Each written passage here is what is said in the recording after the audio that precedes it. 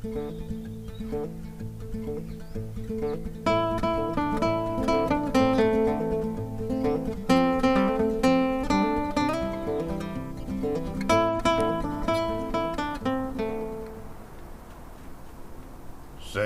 señorita, buenos dias, and welcome to Ziggy's Cactus channel. Today we've been out to the local farm shop and bought a few cacti there. Before Christmas, you probably remember, we went out and we bought one of these from the same place. It's a grafted, probably a clyster cactus. I've not quite identified exactly which one yet.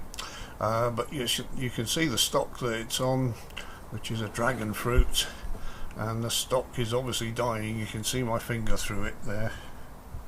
I'll go in a bit closer, and that is probably because it just didn't like the temperature. As Anders pointed out, they don't like being under 10 centigrade Celsius, so it may have just been too cold for it. So we popped over to see if there were any more like that. Here's one that has been with this one ever since we got this one, so I don't think it's the temperature in our place. As you can see, that's a totally different green, looking much more healthy.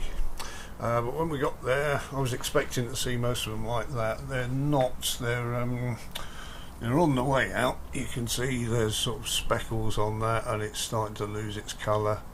But I wasn't going to argue in the shop. I wasn't going to say all your plants are dying, so I paid full price for these. You can see that one's not looking too special either, and I brought them home to degraft them and see what I can do with them. Lovely little plants, and didn't want to miss the opportunity. If I'd left it a few weeks and these started to die off, the shop might have looked at them and just thrown them out, and I wouldn't want to see that happen to the plants. So we'll have a look at those probably in another video and see what we can do.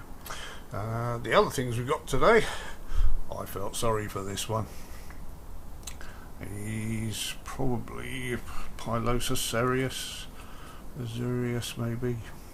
Lovely blue cactus, that sort you don't want to touch the actual surface of it, because the bloom will get marked by your fingers. But we'll see if we can get his hat off him. As interesting, as silly as he looks, it's not very good for the cactus at all. When I use these, I don't stick them on permanently. They're just stuck on for a few minutes and then come off again. And this, I'm hoping it's not got a pin through it, which some of them have, which would be awful, and likewise with the moustache, but we'll treat that very carefully and look at it later. This one, it's a little ferrocactus by the looks of it, and it's got a seed pod on the top of it, so we'll have the seeds off of that and grow them on. I don't know if you remember, back in the autumn I bought some ferrocactus that were in bloom from the same farm shop up the road, and they were lovely. I didn't see any of those left, so it looks like they sold all of those, which is good for them. Brilliant stuff. And at the back here, got an Echinocactus grusonii, which was a reasonable size here, quite a spiky little thing. I've just sold a couple of the bigger ones that I've grown on, so I need to replace my stock.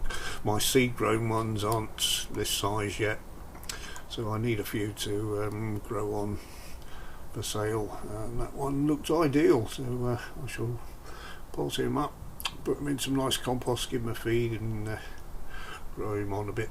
This gets to be, it's one of the biggest barrel cactus. It can grow up to a ton, but in captivity normally they'll grow about the size of a large pumpkin, and they will flower if they go into a bed, but I've not seen one flower in a pot. I'm not saying they don't, I've just not seen one flower in a pot yet.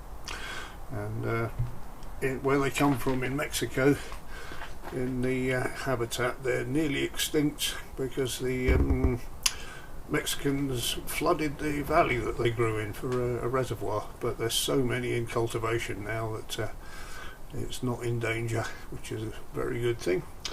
And over here, a nice clump of mammillaria, probably bombacina, I think. We'll divide those up into separate pots and grow them on. They get to be a reasonable size too. The flowers aren't spectacular on them, but they're nice little purple ones. And as they get older, they can develop a stripe around them. Like I think Bombacina is probably Latin for bumblebee or something like that. Could be wrong. I'm sure someone will correct me if I am.